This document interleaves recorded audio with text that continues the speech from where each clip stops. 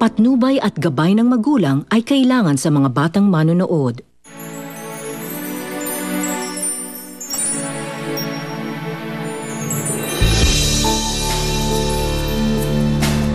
That's what you've been doing while I was away? Siya nga nagsamadala sa akin! Stop lying to me! Saan ka ba kasi nagpunta? Kasama mo daw yung... Les, I'll just explain tomorrow. Kung maintindihan kung bakit nagpapakatanga siya doon sa babae na yan. One thing's for sure though, mahal talaga siya ni Dad. Jaime, makinig ka muna sa akin. Papaliwanag ako. Don't need your explanation. Ayoko na ng salita! Pakita mo sa akin kung gaano ka nagsisisi sa ginawa mo. Kiss me, Erica! I said, kiss me! You have no right to say no to me! I was expecting him to punish her ng matindi. Pero ano? Anong ginawa ni Daddy? Wala! Ikaw, Jake, do you still love her? Kaya ba hindi ka nag-give up sa kanya? Wala na ako nararamdaman para sa kanya. Gusto ko lang siya nakikita nasasaktan. That's it. Hindi ka man lang magsusorry sa ginawa mo sa akin kagabi. I respected you, but you didn't respect me.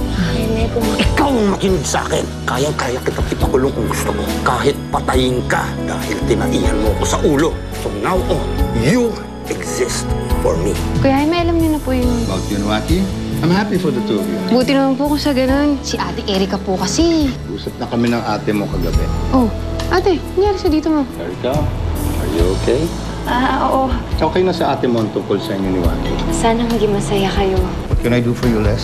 Alam ko, Dad, kung anong naabutan mo sa inn kagabi. Alam mo ba kung bakit ko nalaman? Kasi nakausap ko si Tristan at sinabi niya sa akin ang lahat. Kailan mo ba papaalisin yung babaeng yun?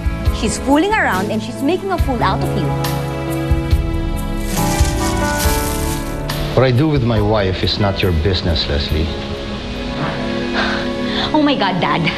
Kailan mo marirealize na pera mo lang ang gusto ng babaeng yun sa'yo? I don't care. She's never gonna leave. And that's final. Isipin mo na lang na yun ang parusa ko sa kanya. She's never gonna be free. Pero, Dad... That's all, Leslie.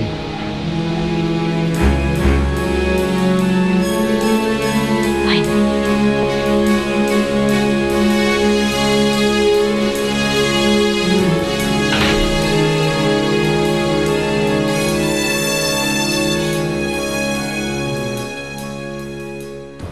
Kinausap siguro yun ni Kuya Jaime si ate.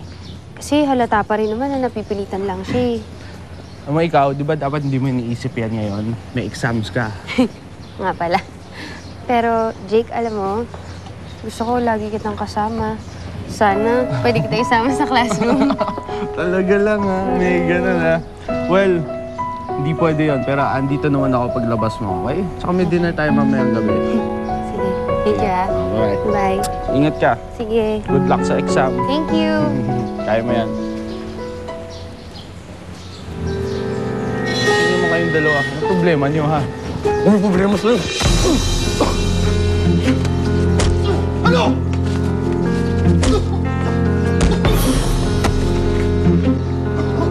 Ano ba? Ano ba ako sabi mo? Tara.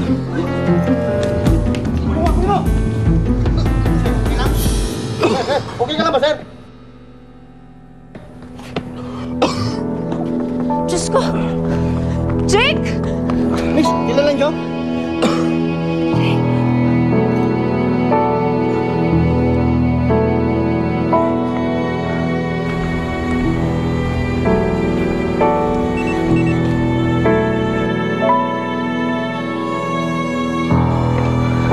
Saan ka pupunta? Si Jake.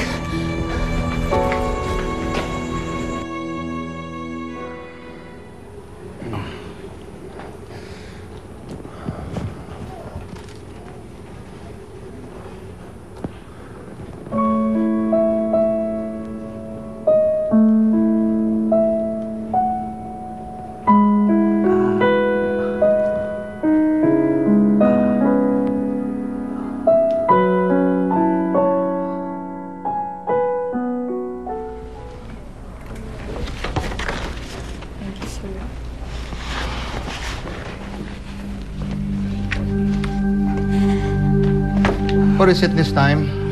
Dad, kakatext lang sa akin ni Bianca. Si Jake daw nasa hospital dahil binugbog daw ni Tristan. At kasama nga pala niya si Erica, if you wanna know.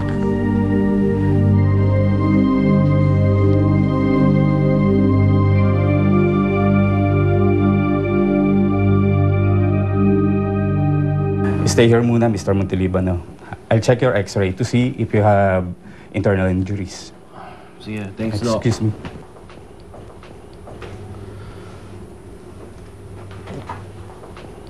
Naiintindihan ko naman si Tristan kung bakit nagawa niya to eh.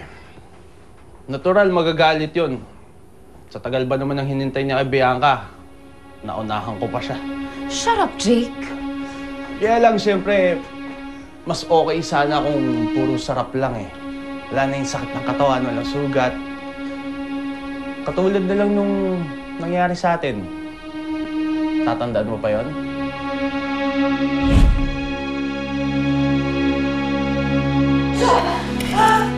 What you've been doing while I was away? Hindi mo pinagsasabi mo. Nagsamatang sa akin. Stop lying to me!